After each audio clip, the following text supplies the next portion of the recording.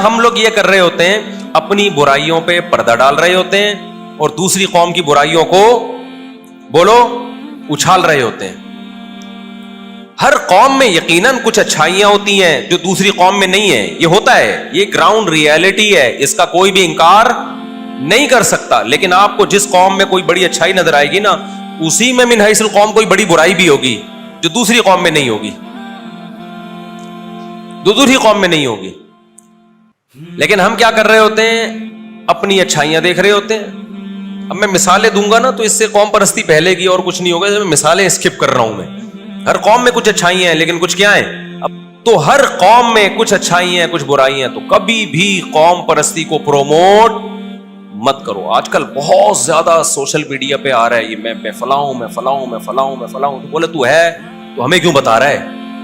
تیرا عمل اگر اچھا ہے تو جنتی ہے چاہے جس قوم کا بھی ہو, تیرا عمل اگر برا ہے تو جہنمی ہے چاہے جس قوم کا بھی ہو. تو صرف ایک ہی نعرہ ہے میرے بھائی, وہ ہے لا الہ الا اللہ. اس کے علاوہ اللہ کچھ مانتا ہی نہیں ہے. دیکھو مجھے ایک بات بتاؤ, آپ کے, میں کہنے والا تھا 16 بچے ہیں لیکن نہیں ہے, آپ کے اگر 4 بچے ہیں, مثال تو وہ دی جائے گی نا مارکیٹ میں چل رہی ہے. اب ہماری مارکیٹ میں چونکہ کچھ اور چل رہا ہے تو اس لیے ہم وہ والی مثالیں دینے پہ آ جاتے ہیں. آپ کے 4 بچے ہیں, ایک ان میں انتہائی درجے کا سفید, ایک انتہائی بلیک جو اندھیرے میں نظر ہی نہیں آتا, ایک اس میں کچھ اور تھوڑی سی زبان اس کی تھوڑی سی کیا ہے, وہ اردو بولتے ہیں لیکن الگ اسٹائل میں, چوتھا کسی اور اسٹائل میں, ایک کا قد چھوٹا ہے ایک کا لمبا ہے. ابا کی نظر میں ان چاروں میں فرق ہوگا ہے بھائی؟ ابا ان چاروں کو ایک نظر سے دیکھے گا کہ نہیں دیکھے گا؟ ابا کبھی فرق نہیں کرے گا.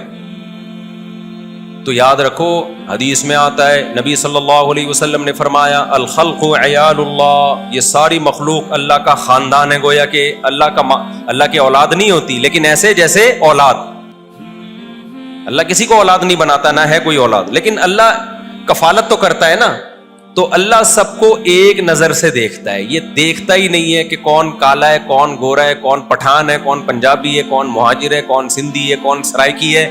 اللہ اس نظر سے انسانوں کو دیکھتا ہے ہی نہیں. اللہ کہتے جو پٹھان ہے وہ بھی میرا ہے, جو سندھی ہے وہ بھی میرا ہے, جو سرائکی ہے وہ بھی میرا ہے, جو مہاجر ہے وہ بھی کس کا ہے, وہ بھی میرا ہے.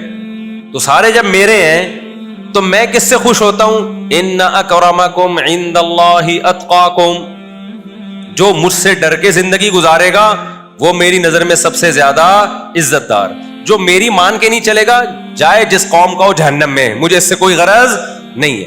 اللہ کو اگر عربیوں سے الگ سے محبت ہوتی تو ابو جہل کو اللہ جہنم میں بھیجتا اور سلمان فارسی اور بلال حبشی کو جنت میں بھیجتا اللہ تعالیٰ.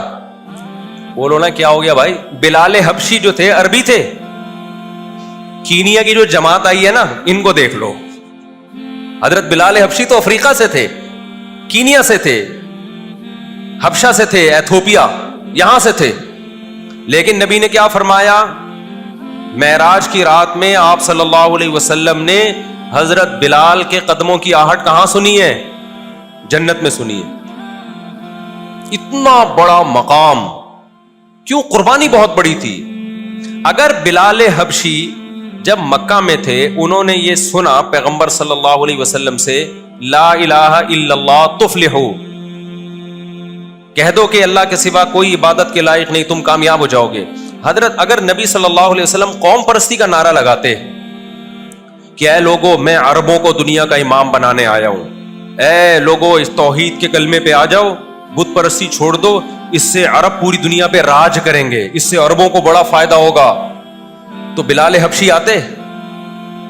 بولو نا. وہ کہتے بھائی میرا عربی سے کیا تعلق, میں تو غلام ہوں, یہاں پہ حبشہ سے پکڑ کے لائے تھے مجھے, نہ میرا رنگ ان سے میچ کرتا ہے نہ میری زبان ان جیسی, میں اس نعرے کو قبول. وہ کہتے بھائی یہ تو عربوں کی ایک تحریک چل رہی ہے, کبھی بھی نہیں آتے. لیکن وہ ایسے وقت میں نبی کی دعوت پہ لبیک کہا انہوں نے کہ جب ان کا جو مالک ہے تپتی ریت پہ لٹا کے سینے پہ پتھر رکھ دیتا تھا, اس کے بعد بھی انہوں نے احد احد کا نعرہ لگایا ہے. اس سے پتہ چلتا ہے بھائی اسلام اور قوم پرستی یہ ایک ساتھ جمع نہیں. اور عجیب بات آپ کو بتاؤں, ہمارے نبی اگر قوم پرستی کا نعرہ لگاتے نا تو جو 23 سال میں آپ کو نے کام کیا وہ 5 سال میں ہو جاتا, کیونکہ وہ تو قوم قوم کے لیے کٹنے کے لیے پہلے سے ہی تیار بیٹھے ہوئے تھے عرب لوگ. عرب جو تھے نا ان میں ویسے ہی جب کسی قوم میں قوم پرستی پہلے سے ہی ہو تو آپ کو پتا ہے اس پہ تو قوم صرف چنگاری میں آگ لگانے کی دیر ہوتی ہے. ایک تیل جلنے کے لیے تیار ہے پیٹرول, اس میں تو آگ لگاؤ گے بھڑک اٹھے گا. تو عرب تو ویسے ہی قوم, ان کو تو قومی لیڈر چاہیے تھا. اگر پیغمبر صلی اللہ علیہ وسلم کہتے ویسے بھی آپ بڑی قوم میں پیدا ہوئے, قریش میں سرداروں کی قوم میں پیدا ہوئے, آپ کہتے ہیں میں آج سے تمہارا سردار ہوں اور میں یہ مشن لے کر آیا ہوں کہ تم عربی ہو, تم صرف یہاں تک تم جو ہے تمہاری معیشت بھی کمزور ہے, تو میں ایک لیڈر ہوں, میں پوری دنیا میں تمہیں امام بناؤں گا. نہیں ہوتے تھے اس وقت, جس کی لاٹھی اس کی بھینس, تلوار کی طاقت سے جو مرضی کر لو.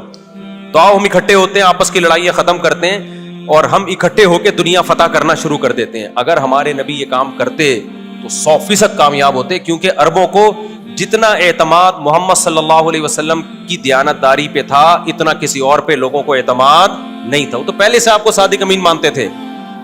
کمال کی بات ہے کہ ہمارے نبی کی تلوار جو اٹھی ہے نا سب سے پہلے, وہ کس کے خلاف اٹھی ہے؟ عربوں کے خلاف اٹھی ہے. پہلی جنگ کون سی ہوئی ہے؟ بدر, ایسا ہی ہے نا.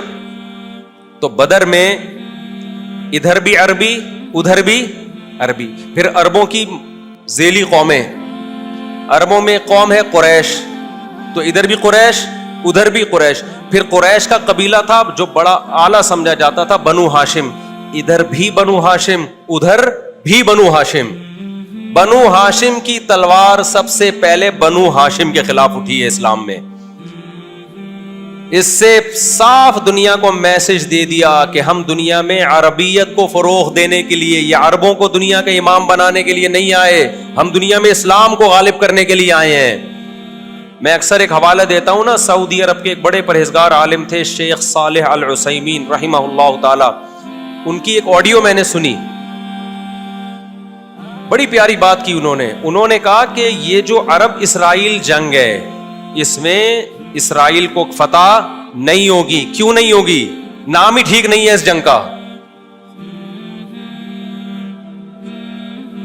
اسرائیل کو, میں نے کیا بولا؟